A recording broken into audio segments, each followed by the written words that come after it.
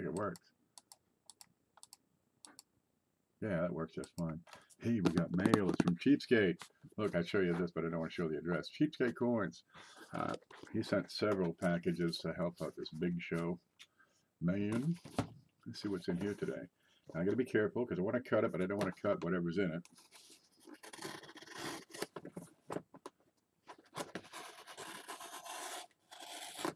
Now I can see in. Oh boy, purple inside. And usually I just get the bubble mailers from them. That was too big for the bubble mailer, so what priority mail? Alrighty, I got scissors here. Where are they? So look, I got purple packing material for the next package going out. Where do you get these? Where do you get these purple padded mailers? Good afternoon, Cindy. Oh, look, we got a letter. I should probably read the letter first here. Okay, let's see. Hey, Ken, there's a free sample to do with as you wish. If you decide to purchase 5,000 Canadian pennies from us, we can sell them at 2 cents per penny. Also enclosed are a few more copper slicks for you to have fun with. 5,000 Canadian pennies at 2 cents a piece. We want to get in on this, guys? Make it happen or what? Let me know. We got a mixed lot of Canadians. Oh, we got some goodies. Okay, first off, let's look at these. I'll need to make a little room. How much is let's see, 1,000 Canadians be 10 bucks. This is what we're looking at. Oh, there's some neat ones in here too. What do you got here? Oh, let's get in here and have a look. Come on, respond to me, please.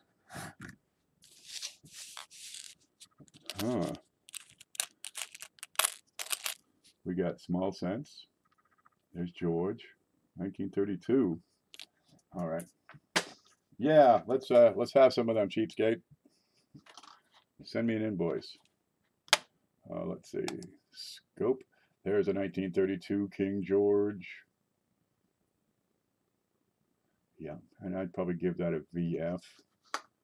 1932. On 32, you're looking for the dot, right? If you can find, where's my little thingy here?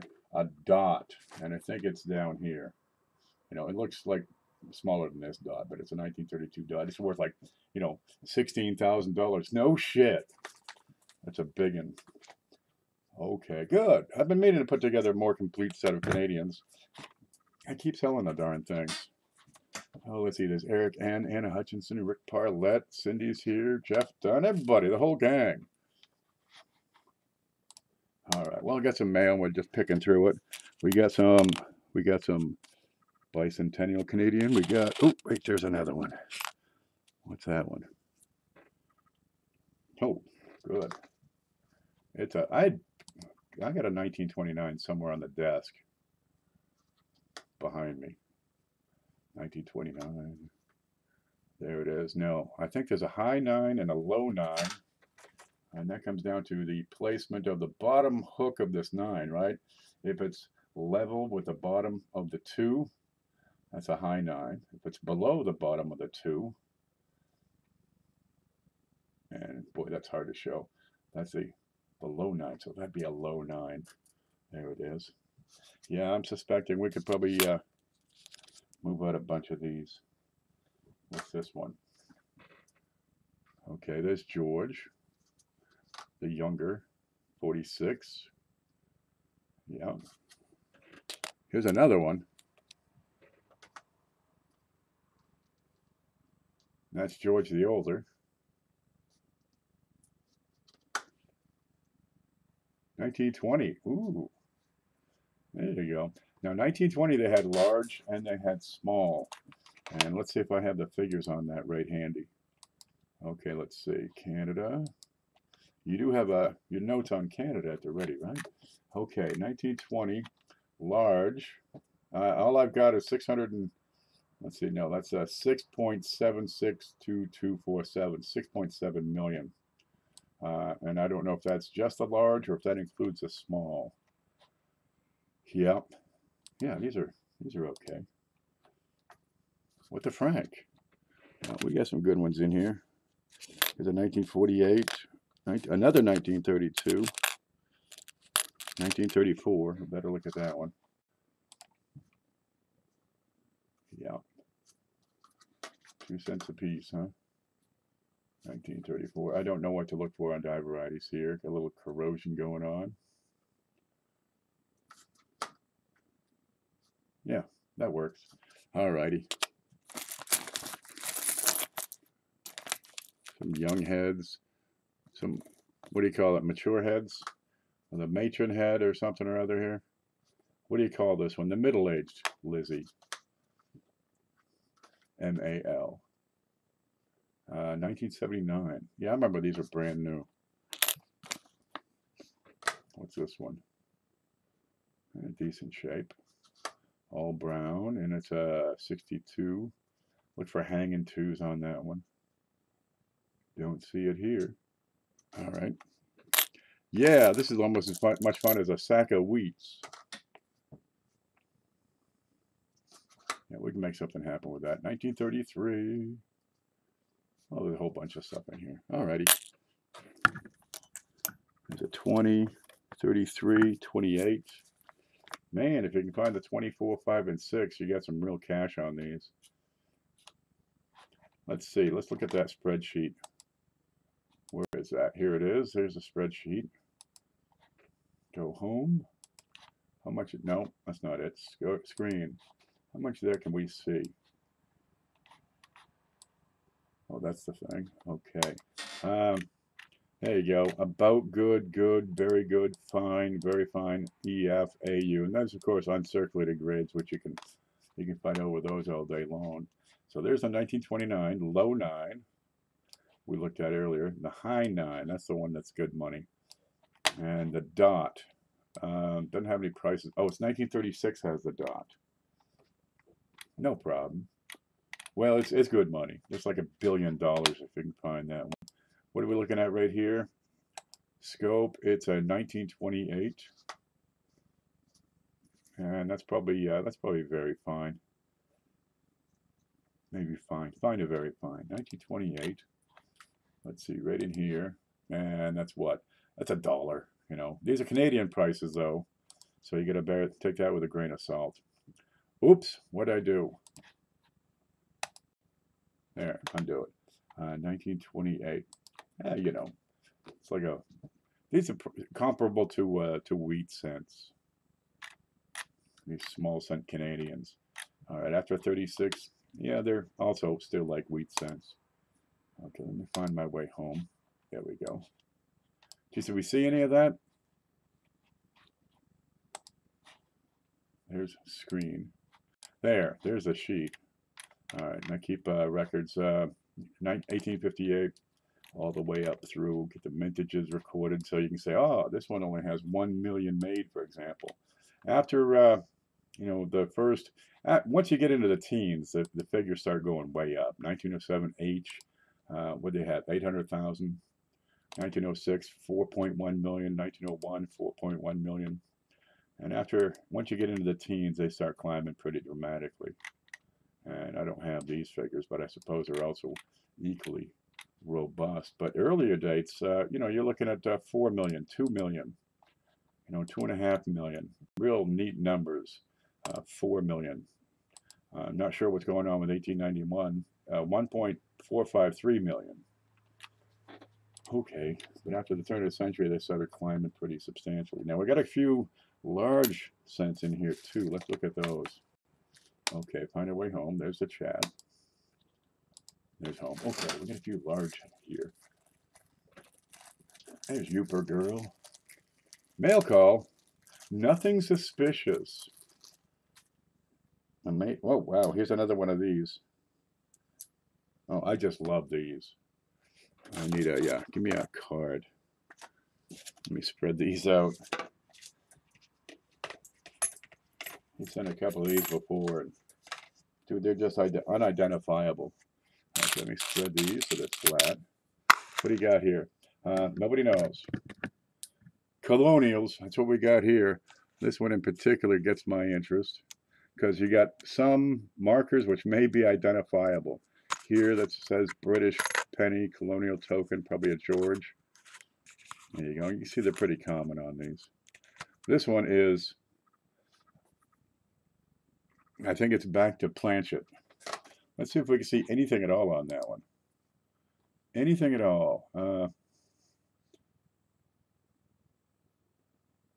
No. It's probably still 30 bucks, you know. Here's some scratches. Somebody must have not liked Britain. Oh, wait. I've almost an identifiable something going on here. Which way's up? Man, these old coppers. Sometimes all you have is a hint of a design.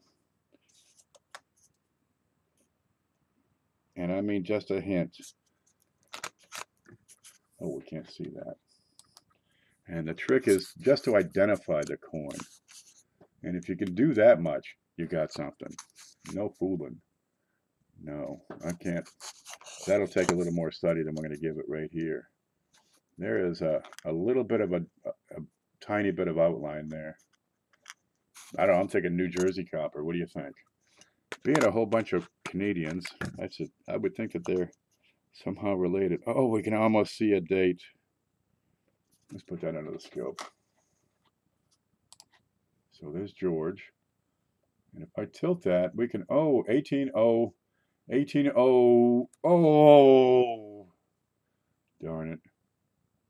1800 and what?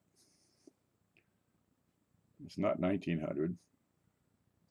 That'd be George III, I believe. We'll have to get a look. Boy, is that a goiter? Look at the size of this guy's neck compared to the rest of his body. He's like a pigeon. He's one of the Hoover boys. Could be. Here we got Britannia on the back. Not much to identify it further. Okay, we get two ends. All right, but it's, you know, they're big.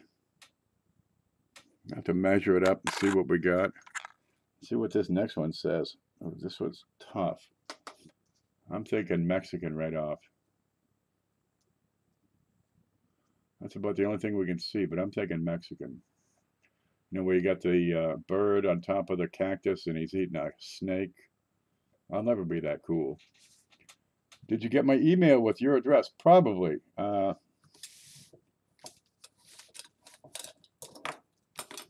You've been shipped. No, wait, that's Pamela.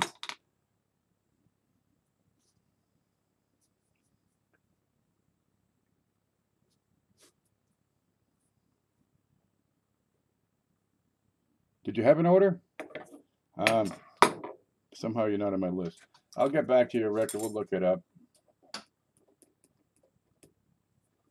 Yeah, we'll look that up. That one up. Meantime, yeah, I'm thinking that's a cactus. Hard to say, really. Which way's up? Anything on the other side? KG3, the bust is much larger. He was a big fella. Okay, we got a wreath around the edge. Acrylic writing. Okay, we'll get rid of the Mexican idea. That's what we got on this one. Acrylic writing, huh? All right. I still got to do a show on Greek writing. This one's neat. It's gray metal. But boy, is this one beat up. Whoa, there ain't much left here. What do you think? New York City subway token? This could be just about anything, this one. Over here, what do we got? Oh, wow.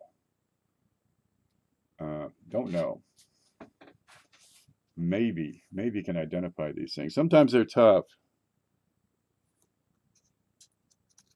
I've got this could be an electrical box punch. I don't know.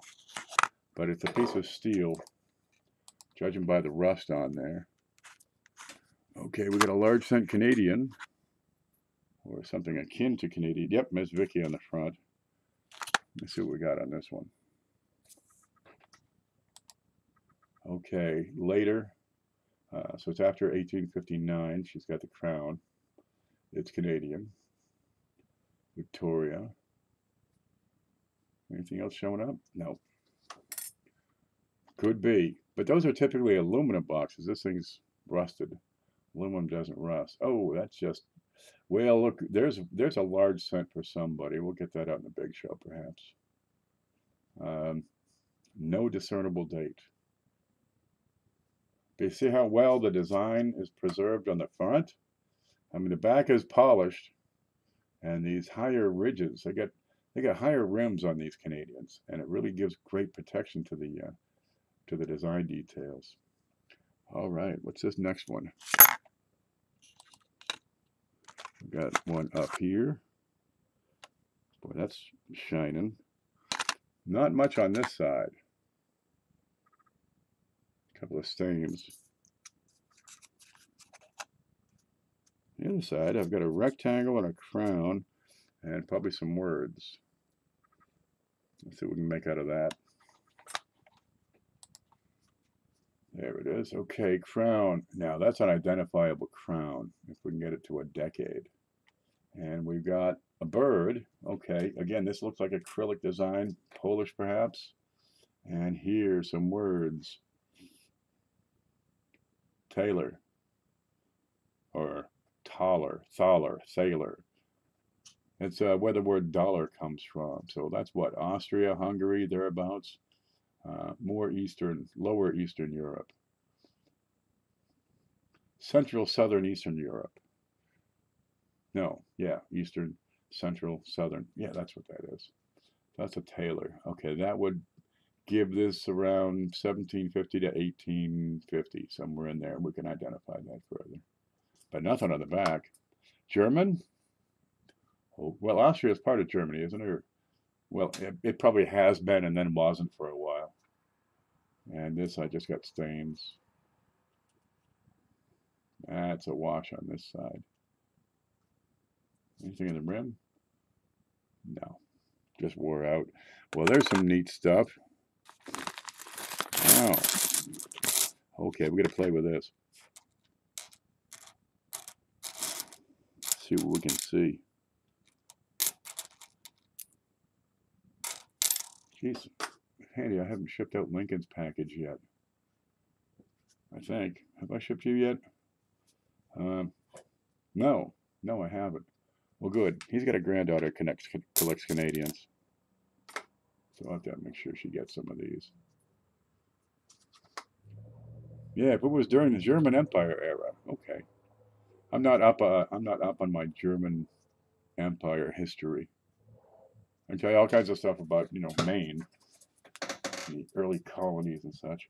Okay, well, that's what we got. We'll be putting some of this into the big show. I'll get a hold of Cheapskate and say, send more. And I don't know what to do with all these biggins. I'll try to identify them. Otherwise, we'll put them in the big show. And somebody else can try to identify them. They're neat. These colonials, these are probably half-penny tokens. Early 1700s half-penny token. What do you think? Woods Hibernias? That'd be nice. But there's not much to go on. This one is, it's a goner. It's just neat. There's actually no damage to it. It's just a well-worn coin. He's here. Cheapskate. Send an invoice for 5,000 of these things. That'll be fun. Yeah, we'll do something with that.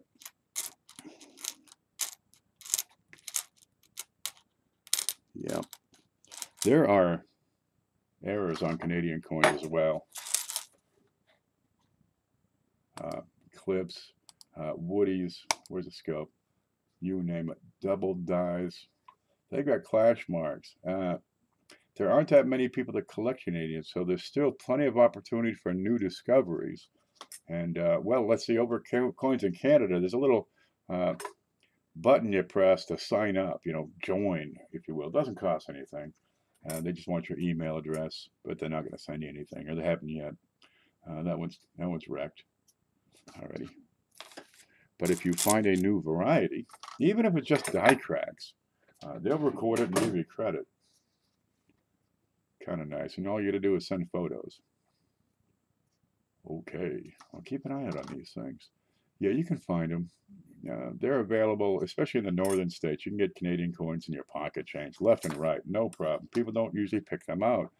Mintages are a fraction of what they are in the United States, right? You have to get the book to find out what years were copper and zinc and metallic or magnetic and so forth. They were 80% silver for, for a lot of the years up until 1867 when they made a switch.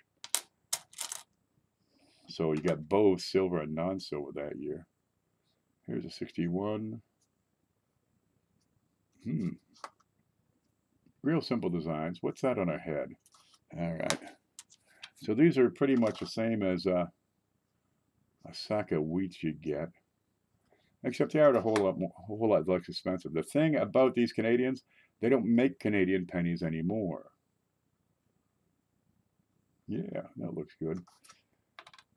So they are, if they get to the banks have to send them back to the mint in Ottawa, and they're getting melted down and turned back into whatever else. There'll never be another Canadian penny made. Nope. This is an extinct coin right here. What's that one? Another 32. All right, great. Extinct. Like the 2 center, the 3 center, the half center, the 20 center that we have in the United States. Now, the way they're doing it, they're setting the example for the United States to follow because copper prices went up. And this is Canada. They got every mineral known to man except for like germanium. They're like the tungsten capital of the world, right? And they can't afford to make their coins out of copper. Just too darn expensive. It's the energy to refine it, especially when it's coming out of the ground, at 0.5% concentration in the ore. Just doesn't make sense to, process the darn stuff and turn it into pennies. Costs too much. So no more penny. What they're doing is rounding up your bill, right? Either up or down to the nearest nickel. And you figure, you lose 2 cents on this one, you make 2 cents on the next one. You're kind of good. So their base is now the nickel. Well, it won't be long for that to go away. And then it'll be $1, $1.1, a tenth or a quarter. And we can figure that'll come to the United States eventually. But boy, Americans are pretty darn stubborn. That's one thing that sets us apart from all the other nations out there. Government makes a decision somewhere else, and the people are stuck with it. Over here, we ain't putting up with that. Nope. Man, they're going to write letters. They're going to say bad things. Forget it. These are the most stubborn people in the world over here. Be proud of it. So we still have pennies, but Canada, they don't. That's it. What you have out there is all you got to work with. They've been melting them down for what, 5 years, 6 years? 2012 was the last year of production. So there are fewer and fewer of these every single year. Dollar. Frank got some applause. Tim's here. We have Lamo shield cents. Well, what? They're approaching, a penny to produce the steel cents. It's not so much the cost of the coin. It's the cost of distributing the darn things, because you got to ship them from, Philadelphia to Cleveland or whatever, or Atlanta or Denver to Butte, Montana. Is there a Federal Reserve Bank in Butte, Montana? Or San Francisco? It's expensive going over those mountains. And it's not so much the cost of the coin, but there's also the distribution. And that goes through the roof. Oil goes up, it's going to cost them an extra $500 for that shipment of pennies. Geez, that's probably all they're making on that shipment of pennies. So we can figure these will go, our shield cents will go by the way at some point. And then the same thing will happen, and the government will say to the bank, send back the pennies, send them back to the Federal Reserve. And we're not going to get that copper, because it'll still going to be illegal to melt the darn things. And the government will get their copper, and they'll melt them down and dump them into the nickel mix. Watch for it. Wait for it. Now, what's going on here? Scratch. Well, there's George.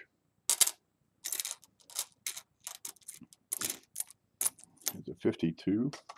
Geez, I can probably put together a pretty good set of Georges here. All right. Now, there are Whitman albums for Canadian cents, too. I don't know why they're still making the albums if they're not still making the pennies. But you can always make your own albums. Pocket pages and holders. We're doing an auction tonight. Oh, that's right. Cheapskate has an auction. What time is the auction starting tonight, Cheapskate Coins? You want to get over and subscribe to him. Yep. Go from there. Let's see what these are. 52s and a 47. A 47, you get two kinds. One has a maple leaf. And you're going to find that. Where's my pointy stick? If I could find a pointy stick. Okay, here's kind of a pointy stick. It'll be right down here. Right down here will be a little maple leaf. And I believe that's where it is. It's KG over here, which is whatever. King George, or I think it's the designer. But if you find a maple leaf, yeah, that's the equivalent of a special strike or second strike or restrike or something or other. And I think there's a little bit of a premium, but not much to speak of. Thursday is a hot night. Man, it's 75 out there right now. It's been getting cool at night lately. For Florida, man, it was 62 last night. I almost died. Good Lord, what do I do? Okay, that bit under her chin gets my attention. I want to get a look at her. What's the date on that one? 74. Let's zoom in on this one. See what we can see.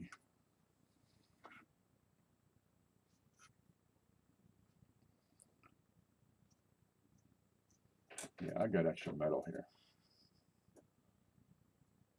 And at the mouth, let's look under her nose. Not much at the nose. Eye, that will need me to look at that.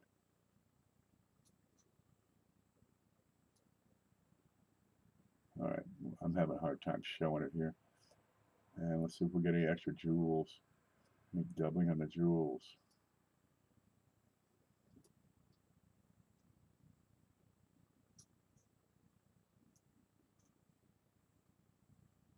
Letters are looking right. The beads are looking right. But I definitely have some extra metal here under the chin. What do you think? Class 8? Well, that one gets set aside. Yeah, that's a keeper. It's 31 degrees. I could go to the beach and get a sunburn today. I could get a sunburn out in my yard. You know, just mow the grass. It'll be like the beach because this is just one big sandbar out here. Gosh, starts at 3 p.m. Pacific. All righty. So that's like 6 Eastern. I don't know what time it is. 3 p.m. Pacific. This is the back of that 74. I'm looking for extra bits here.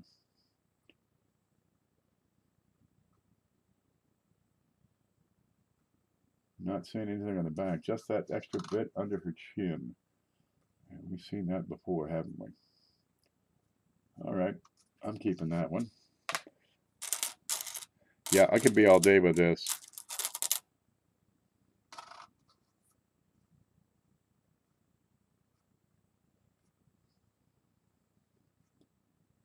There's an earlier girl.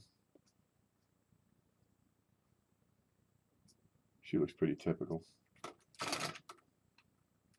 Now, her father died in, what, 55? So if they put her on the quarter in 56. Or on the coins. There he is. So 57, 6, 7, 8, 9, 0 through 4 is the young head. And I figure, okay, she's like 35 now. We probably ought to update her picture. Because here it looks like a, looks like a 15-year-old girl with the ribbons flying and shit. Now, we have to have a mature Elizabeth. So they came up with those. There you go. Get the mature girl. All right. Yeah, same girl. Still nothing to look at. Well, she's royal. She's not supposed to be as haughty. And that's a good thing. Because she don't qualify. That is a sharp nose, though. See, I got no extra metal under this chin. We'll look around here for a bit. That looks like a little bit of MD up here in the top of her head, and on that one jewel sticking out, and maybe on some of the lettering up here. Yeah. You get the same issues on Canadian coins you do on American coins. Now, their quality control is a little bit better, so you don't get them as often. Right? But Clash dies, yeah, they kind of stand out a bit more. What's this one? Got a whole bunch of these 1932s. All right, good. We'll be able to do something with this. 1931. Yeah, you still got plenty of design detail on there. Yeah, it's almost impossible not to overlap. We had a bad night Monday because CoinOp did a sale where we were on, so it would only take like 10 people. Yeah, I went to bed. Sorry. It gets cold here, I go to bed. Yeah, we're getting to the point where we're starting to fill, the whole prime time schedule with various shows and such. Well, we set some protocols in what we do. I mean, I have some people that complain and say, "Can you do anything about this?" I had a show and somebody else jumped on during my show. Can you help me here? No, I'm not going to fight your fights for you. That's up to you. There's a courtesy we can extend, right? If somebody's got a show and they've been doing it, at whatever day, whatever time. Okay, if you put your show on the same date and time, is it the same sort of thing? I mean, are you doing a coin roll show? You're hunting through coin rolls and now you're in direct competition. Now it looks like you're kind of trying to grab market share. Well, eventually you're going to get that. How do you make it work? Well, you can extend courtesy to each other as best you can. Try not to go over. I mean, I jumped on yesterday, like within 5 minutes of Amy going on, but I was just doing a 5-minute show, so that worked. Man, I hate to stream over somebody. How do you determine who wins? Well, nobody owns these time slots. Right? There's no propriety here. You got no ownership, no rights, no claim. Right now, it's just big enough that there's still plenty of time slots open, especially the daytimes. Daytimes are untouched. I like to throw on during the daytime sometimes. That's a pretty good shape for 31. I'm trying to look at the beads in the helm. It's not a helm, it's a crown. There you go. That's pretty darn good shape up there. And that's probably XF. And there wouldn't be any better. But it's decent. Well, maybe VF. VF to XF. For 1933, what's that going to be? Let's look at that real quick. Here you go. Here's a spreadsheet. 1933. VF. $1. Oh, it's up here. $2 to $4 Canadian. So, $1 to $3. Yeah, they're okay. They're not super valuable. You could find them in pocket change still. And geez, if they're good for $1 or $2 or $3, that's not too bad at all. I mean, most of the things I pick out of pocket change are between 50 cents and $5. So if I find one, it's good for a couple of bucks. Geez, it paid for my time. That's okay with me. Here's one, and that's probably good for a couple of cents or so. The old rock dove. Here she is. Looks like is it a rock dove or is it a bowling pin with wings? And we could draw some stripes on there. I'm going with bowling pin. Oh, SJ's here. I think yours and mine shouldn't collide, Cheapskate. Yours is early enough. Oh, there's a neat thing, too.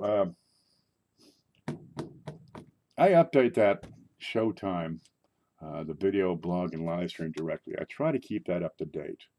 Let's see. Here's a screen. And we'll get over and look at because I had it up because I added Who added Robert Lawson to 11 o'clock on Saturday night on the coin seminar. Yet do not be afraid to jump on there at whatever time is right for you. Dude, there's nothing wrong with daytimes. Early morning is a little tough because, 10 o'clock in the morning, it's what, 7 on the West Coast? That's early. They like to sleep in on the weekends there. But in the evening, I mean, you're at midnight, it's still 9 o'clock at night on the West Coast. So you got, these are great times that are open over there. Okay, live stream show times. If you're going to have a regular show, get a hold of me so I can put you on here, right? Who I just put on? I just put JB on an 8 o'clock to midnight. He's going to do coin roll hunting on Saturday nights. Okay, well, there we go. Mantrix got a coin roll hunting show. They have different styles and all. And you got a separation of 3.5 hours here. Yeah, there's plenty of time in there. Well, I figure try not to conflict with somebody directly. Stagger it by an hour or two. Somebody's been on for 2 hours. Hey, they've had good time to do their show. But we got 168 hours a week to try to fit this stuff in. Okay, so I added this in. These times are not owned or assigned. There are no proprietary rights to a time period. It's up to the channel producers to find a time slot which best suits their shows. Schedule conflicts that will be resolved between channel producers. Don't come to Ken and say, hey man, this guy's got a show at this time, and it conflicts with my show at this time. What can you do? Nothing. You got to take that responsibility yourself. But I'll be more than happy to list your show. Let me hit the stop button. Is it working? Yeah. I had a red line here, so I'm probably getting some lag over your end. Scope. There she is. There's middle-aged Lizzie. Now you got the old, decrepit Lizzie, the grandmother Lizzie. Ken saying, don't run and tell the professor. No, just resolve it yourself. Because, it's all I can do to keep a listing of time slots updated. If you do have a show, go through that Livestream Directory and let me know when you're doing it, what you're doing, what day, what time, and make sure I'm updated on that. I'd be more than happy to put you on there. Okay, well, that's what I had to see, was open this one mail. I got a couple more things to do today. I got to start getting ready for next week's show, of course. And we'll get the big show on Sunday.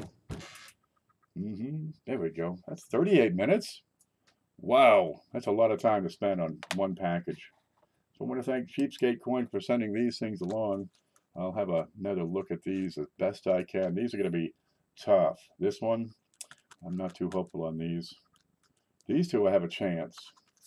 Those two, pretty good chance. Not all we can't tell. There's no date there. I might be able to get you a time with, kind of a general time by looking at her chin real hard.